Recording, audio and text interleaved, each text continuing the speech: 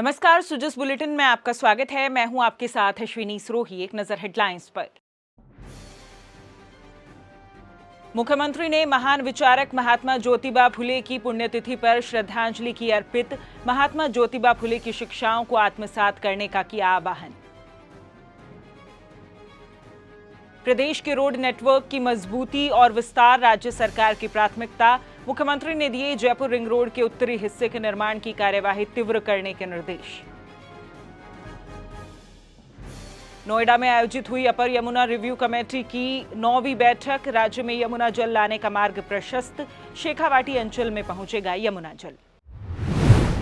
मुख्यमंत्री श्री भजनलाल शर्मा ने आज मुख्यमंत्री निवास पर सामाजिक जागरण के अग्रदूत महात्मा ज्योतिबा फुले की पुण्यतिथि पर उनके चित्र पर पुष्प अर्पित कर श्रद्धांजलि अर्पित की।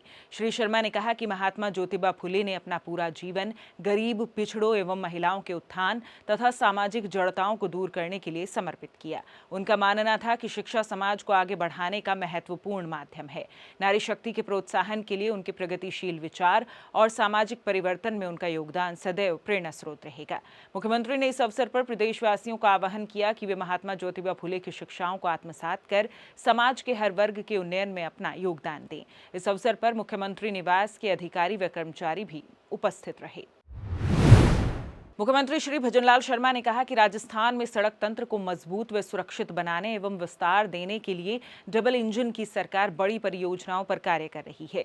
उन्होंने भारतीय राष्ट्रीय राजमार्ग प्राधिकरण एवं सार्वजनिक निर्माण विभाग के अधिकारियों को निर्देश दिए कि गुणवत्ता का ध्यान रखते हुए आपसी समन्वय से समय सीमा में प्रगतिरत परियोजनाओं को पूरा किया जाए। श्री शर्मा गुरुवार को मुख्यमंत्री कार्यालय में NHAI के कार्यों की समीक्षा बैठक की अध्यक्षता कर रहे थे। उन्होंने प्रस्तावित ग्रीनफील्ड एक्सप्रेसवे की जमीन अधिग्रहण के संबंध में NHAI को निर्देश दिए कि इस कार्य को शीघ्र प्रारंभ किया जाए। साथ ही उन्होंने अधिकारियों को जयपुर शहर की यातायात व्यवस्था को सुदृढ़ बनाने के लिए रिंग रोड के उत्तरी हिस्से का निर्माण शीघ्र प्रारंभ करने के लिए जमीन अधिग्रहण के कार्य को प्राथमिकता से पूरा करने के संबंध में निर्देशित किया।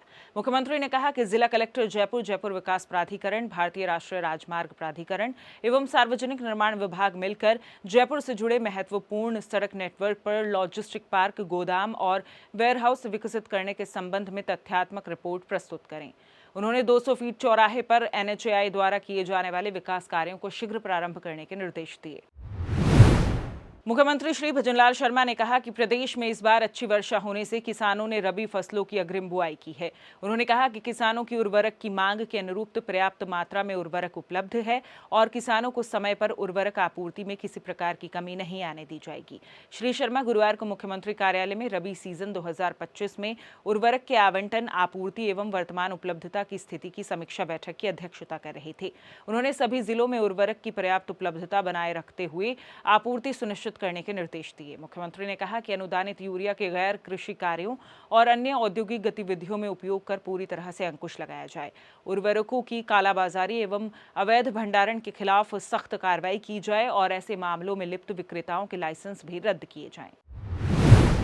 राजस्थान के लिए अति महत्वपूर्ण अपर यमुना रिव्यू कमेटी की 9वीं बैठक गुरुवार को नोएडा के यमुना भवन में हुई। इसमें राजस्थान से जल संसाधन मंत्री श्री सुरेश सिंह रावत शामिल हुए। बैठक में उन्होंने कहा कि प्रधानमंत्री श्री नरेंद्र मोदी, केंद्रीय जल शक्ति मंत्री श्री CR पाटिल, राजस्थान के मुख्यमंत्री श्री भजनलाल शर्मा और हरियाणा के मुख्यमंत्री श्री नायाब सिंह सैनी के भागीरथ प्रयासों से वर्षों से लंबित यमुना जल अपरिवर्तन कार्य को धरातल पर लाने का मार्ग प्रशस्त हुआ है। श्री रावत ने कहा कि राज्य सरकार देश में अंतिम छोर तक जल उपलब्धता की दिशा में महत्वपूर्ण फैसले ले रही है। यमुना जल की ये परियोजना राज्य सरकार की प्राथमिकताओं में है। उन्होंने कहा कि फरवरी 2024 में यमुना जल के संबंध में एक ऐतिहासिक MOU के अनुरूप हरियाणा और राजस्थान सरकार द्वारा संयुक्त टास्क फोर्स का गठन किया गया। इस फोर्स द्वारा DPR को अंतिम रूप दिया जा रहा है। उन्होंने कहा कि राजस्थान के शेखावाटी अंचल, सीकर, चूरू, झुंझुनू सहित आसपास के क्षेत्रों की जल सुरक्षा के लिए यमुना जल बेहद आवश्यक है। सुजस बुलेटिन में फिलहाल के लिए इतना ही। फिर होगी आपसे मुलाकात। तब तक के लिए नमस्कार।